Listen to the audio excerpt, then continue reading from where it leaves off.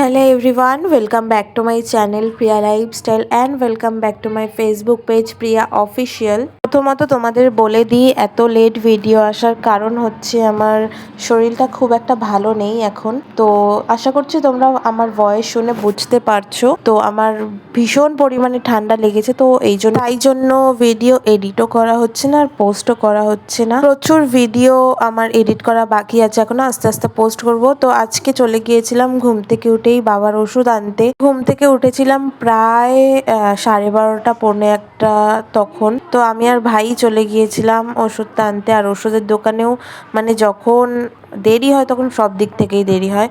তো ওষুধের দোকানেও অনেকক্ষণ দাঁড় করিয়ে রেখেছিল। তারপরে তো ফাইনালি আমাদের দিয়েছে। দেন আমরা বাড়ির দিকে যাচ্ছিলাম। এই যে বাড়ি চলে এসেছি।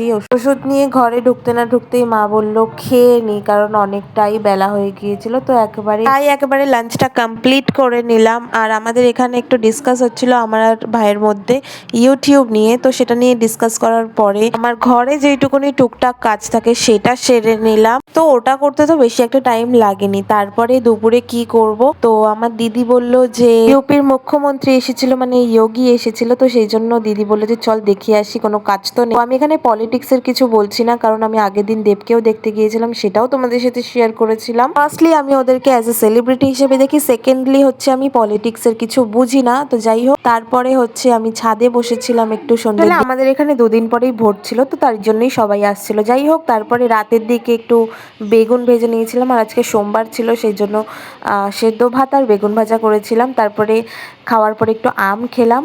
তো আজকের মতো এইটুকুনি ভিডিও রাখলাম। যদি ভিডিওটা ভালো লেগে থাকে অবশ্যই লাইক কমেন্ট করে দিও। টাটা।